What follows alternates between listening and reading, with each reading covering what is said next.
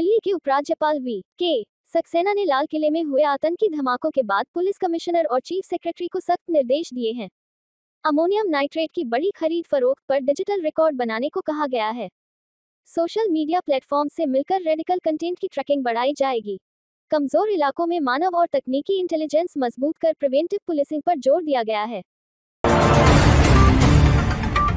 दिल्ली के शिक्षा मंत्री आशीष सूद ने कहा कि बढ़ते प्रदूषण को देखते हुए छोटे बच्चों की आउटडोर गतिविधियों पर रोक रहेगी। इसी कारण दिल्ली सरकार का बड़ा खेल महाकुंभ फिलहाल टाल दिया गया है। पर्यावरण संस्थाओं और सुप्रीम कोर्ट के निर्देशों का पालन किया जा रहा है। नई गाइडलाइन आने तक ऐसी सभी गतिविधियां स्थगित रहेंगी। दिल्ली हाई कोर्ट ने गौतम गंभीर, उनकी फाउंडेशन और सदस्यों पर लगी कोविड काल में दवाओं की कथित जमाखोरी के केस को खारिज कर दिया।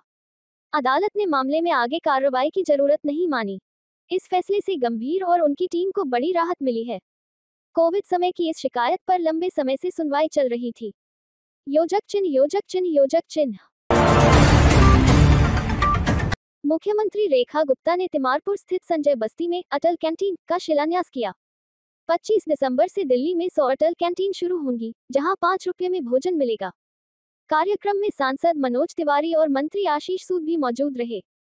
सीएम ने कहा कि सरकार गरीब कल्याण के विजन पर पूरी तरह प्रतिबद्ध है।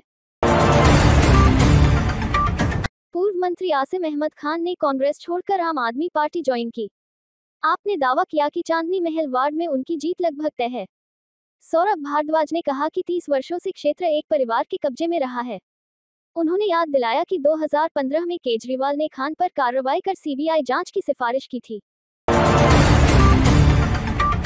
एमसीडी के 12 वार्ड उपचुनाव में सीएम रेखा गुप्ता को लेकर जनता की नाराजगी सामने आ रही है। उनके ही क्षेत्र शालीमार बाग में पोस्टर लगाकर सवाल उठाए गए हैं। सौरभ भारद्वाज ने वीडियो साझा कर आरोप लगाया कि गुप्ता के पति ही उनका काम संभालते हैं। आपने इसे भाजपा की अंदरूनी कमजोरी का संकेत बताया। दिल्ली कांग्रेस अध्यक्ष देवेंद्र यादव ने 12 वार्डों में प्रचार के लिए एलईडी वैन को हरी झंडी दिखाकर भेजा। नारा दिया गया, झाड़ू कमल ने दिया धोखा, बदला नहीं बदले का मौका। यादव ने कहा कि भाजपा की ट्रिपल इंजन सरकार विकास दोहराने में विफल रही है। कार्यकर्ताओं को बूथ स्तर की सामग्री भी वितरित की गई।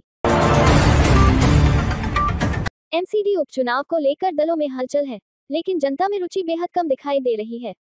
भाजपा, आप और कांग्रेस बूथ प्रबंधन और जनसंपर्क में जुटी हैं।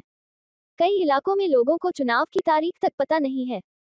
नुक्कड़ सभाओं में भीड़ ज्यादातर कार्यकर्ताओं की ही नजर आ रही है।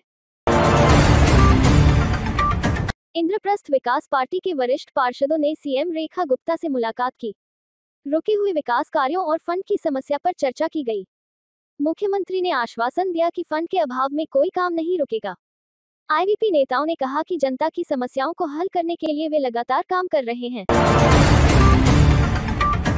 पर्यावरण मंत्री मनजिंदर सिंह सिरसा ने रोड कटिंग स्थलों पर धूल नियंत्रण के लिए डीपीसीसी गाइडलाइन के पालन पर जोर दिया। सरकार की 2000 टीमें लगातार निगरानी कर रही हैं। उल्लंघन पर 5 लाख रुपए तक जुर्माना लगाया जाएगा। नागरिकों से कूड़ा जलाने से बचने और सीएम रेखा गुप्ता और भाजपा अध्यक्ष वीरेंद्र सचदेवा ने उपचुनाव प्रचार को सघन किया।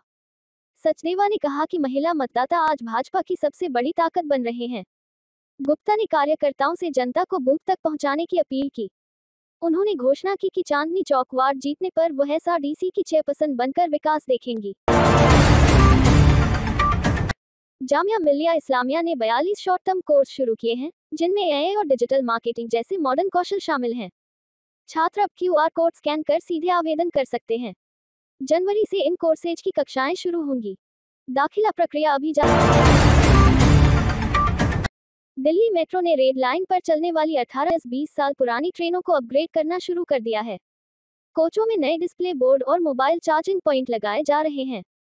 अब तक 18 ट्रेन सेट मॉडर्नाइज किए जा चुके हैं। यात्रियों की सुविधा बढ़ाने के लिए डीएमआरसी इसे फेज वाइज लागू कर रहा है। भारत मंडपम के इंटरनेशनल पवेलियन में दुनिया भर के ब्रांडों की धूम मची हुई है। दुबई के बकलावा से लेकर कोरिया के स्किन केयर तक विदेशी उत्पादों की चमकदार रेंज लोगों को आकर्षित कर रही है। ट्रेड फेयर में इस पवेलियन पर सबसे लंबी भीड़ देखी जा रही है। स्वाद, स्टाइल और शॉपिंग का यह मिश्रण इसे मेले का सबसे बड़ा आकर्षण बना रहा है। राजधानी दिल्ली में शुक्रवार को प्रदूषण का स्तर बेहद खराब श्रेणी में दर्ज किया गया। सीपीसीबी के आंकड़ों के अनुसार शहर का औसत AQI 370 पर पहुंच गया।